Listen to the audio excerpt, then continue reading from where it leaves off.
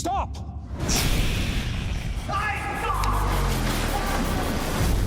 He calls himself Abracadabra. You and I have been enemies for years.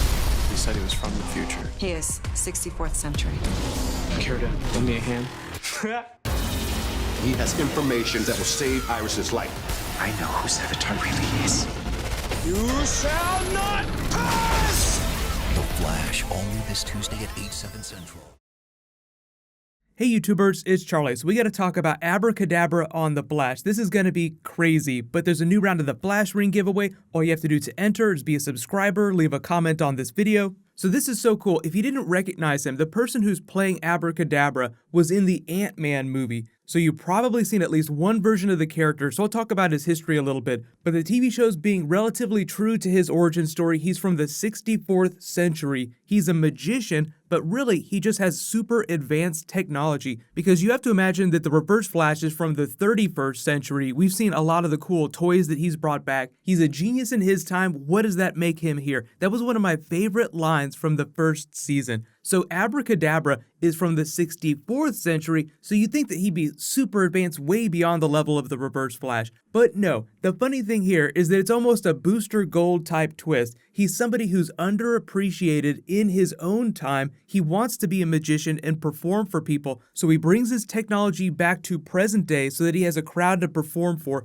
He was created during the Silver Age, during Barry Allen's run by Carmine Infantino. He's one of the people that created most of the classic rogues, so like Captain Cold, Weather Wizard, all the people that you saw way back in the first season of The Flash, those are all Carmine Infantino characters. The first time he fought him, he ran by a poster for an Abracadabra performance and got turned into a marionette and used in his performance, so the Flash had to find a way to reverse his ray. So it's all technology based, but Abracadabra just has this sense of theatricality that just gets a little bit ridiculous. But in the episode, you see he's an Earth 19 character, so it's Team Flash going to help Gypsy take him down. And, surprise, surprise, if Flash lets him go, he'll tell him who Savitar is. So it's a big moral conundrum for Barry. This is going to be a big thing for Barry through the rest of the season. Does he take the quick and easy route to taking Savitar down? And will that lead him closer to unleashing Savitar? Because it sounds like we're going to witness the birth of Savitar eventually. Like, as we slowly learn who he is, we get more clues. We're actually going to see it unfold on screen. Remember, we just got that big twist with Barry at the end of the last episode where he proposed to Iris, so they're implying that they're going to get married at some point in the show's future, maybe not this season, if not in a future season. There was a very late Mark Waid era Flash story where Abracadabra comes and steals Linda Park as she's getting ready to get married to Wally West and hides her. They're light years away from using a twist like that on the TV show, but that would be funny if Barry and Iris eventually get married and then somebody shows up and just whisks her away like, nope, not getting married today. But he actually pretends to be the Reverse Flash when he does it, so it's this really crazy Mark Waid twist. Mark Waid tells some of the best crazy comic book stories. They've been doing that a lot this year where they go to Earth 19, so it makes me wonder if they might eventually make Gypsy a more series regular character. Maybe not full series regular, but more recurring. If you ever wonder why they have like a really cool character that comes on, like they brought Golden Glider on and they kind of put Cisco with her character, but then you never see her again. It's usually some behind the scenes thing, because if it's a good character, they always try to bring him back as much as possible. So unless like Gypsy gets cast on another TV show, hopefully we'll see her more next season. But I think they're trying to sidestep the problem of just making her Cisco's girlfriend, because it's like, you know, why is she around if she has the same powers as Cisco? Is there something that she can do that Cisco can't do? There has to be a logical reason for her to be on the team. She has to serve some purpose that's not filled by another member. So what'll probably happen is they'll use her to surface more cool comic book stories next season where she's just tracking down breachers, and the breacher that she tracks down just happens to be like a brand new, really cool comic book character that we haven't seen before.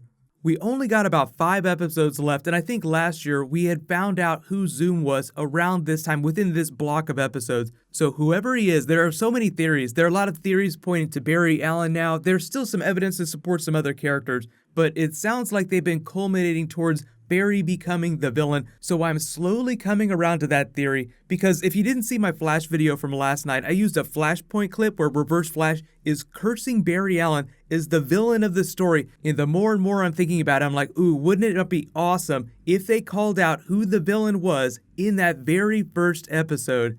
but even if Barry doesn't take the bait, there'll still be a bunch more clues. The really cool thing about Abracadabra in the comics right now, if you haven't been keeping up with Rebirth, is they tied him to Wally West's character, the Ginger Wally West. So pre-Flashpoint, Ginger Wally West comes back and nobody knows why he disappeared for 10 years. It's a way of explaining why he wasn't around during the New 52. In their quest to find out what happened to those 10 missing years, they unwittingly unleash Abracadabra in present day, whose consciousness was hidden in another person, and he reveals that he was responsible for Wally disappearing. So he only takes credit for that. He's not responsible for all of this DC Rebirth craziness. That's a much bigger thing that's going to be revealed when Jeff Johns does his Dr. Manhattan comic book later this year. So I'm really excited to find out what's going on there. But because this is the first time we've seen him on the TV show, just expect him to make some crazy escapes so that he can come back and be crazy again next year. Because if you notice, there's been like a trend the last 2 seasons on The Flash, is that like the guest stars just get a little bit better every time they bring someone on. So they tend to bring those characters back, like if it's a really good actor, or they have a really good experience,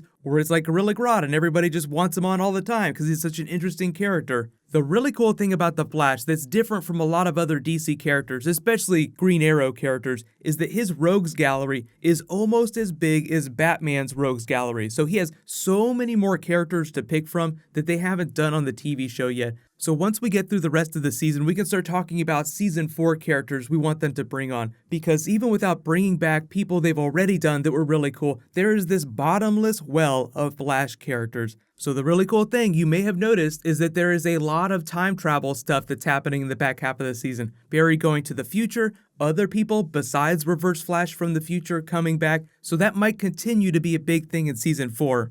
What a coincidence though that Cisco's go-to reference line this week is J.R.R. Tolkien when they just did the Tolkien character on Legends of Tomorrow. They actually did a really good job with him too. He wasn't as big a character as I expected, but I'll talk about that when I post my Legends of Tomorrow video. So Reverse Flash is now the god of the DC Universe. Be afraid. Be very afraid. So that video should post in the next couple hours too after I post this. Congratulations, Daryl Lawrence. You're the new giveaway winner. Please private message me on the back end of my channel. There was a new round that started in this video. I'll remind everyone when I post that Legends of Tomorrow video in a little while. While you wait for that, click here for my Flash episode from last night and click here for my Iron Fist ending in season 2 explainer video.